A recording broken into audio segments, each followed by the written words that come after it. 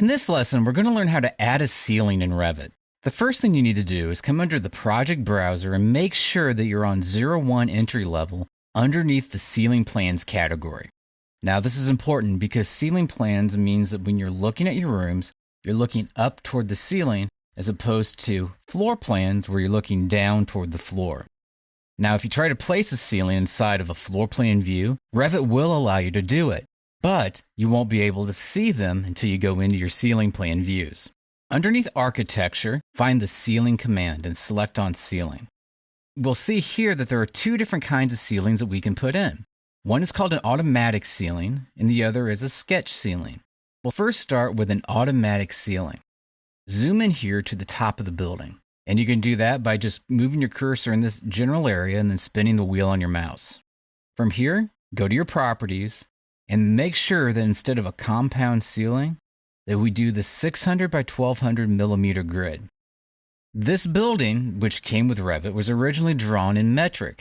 That's the reason why we're seeing the metric sizes, but it is possible to do imperial feet and inches as well. The only thing is, though, is if you do try to type in imperial feet and inches here, you'd have to change this to be imperial units. By the way, if you ever want to try imperial units, you can always just type in the letters UN for units.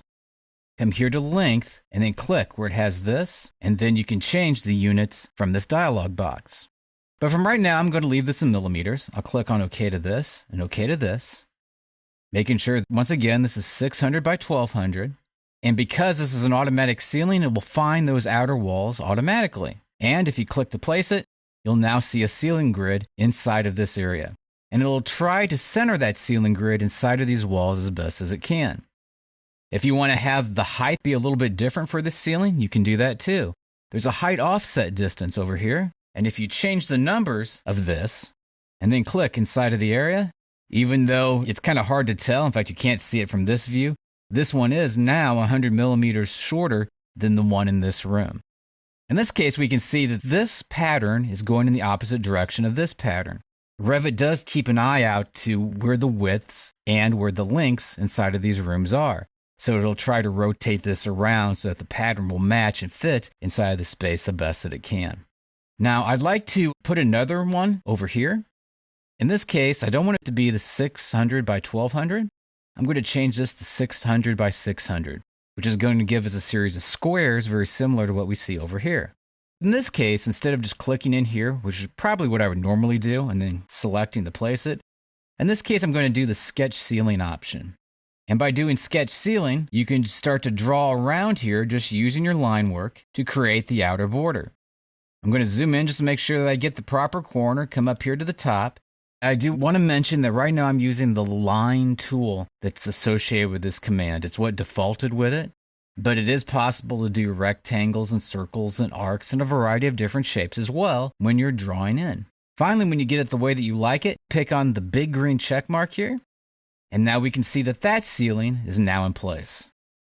By the way, if you ever need to make a modification to this ceiling grid pattern so it's in a different spot, one thing that you can do is select on one of the individual lines. From here, you can either move it just by using the regular move command.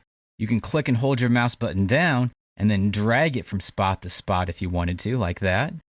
Or, my favorite way, use the arrow keys on your keyboard, move it up or down, or you can use the left and right arrows from side to side. One other thing is if you really wanted to adjust this pattern to give it an interesting shape, maybe give it an angle like what we see here, you could use the rotate command. Once you have one of these lines selected, pick on rotate, then use the rotate command like you normally would inside of Revit by clicking once and then either typing in an angle here or just manually rotating this around, and then click again, and then you'll be able to have that pattern rotate itself around to be at a different angle. So to place a ceiling in, just come underneath the Architecture tab, make sure, of course, you're inside of a ceiling plan, choose the Ceiling tool, and then have it automatically find the outer walls or manually sketch in where you want the outside boundary of your ceiling to be.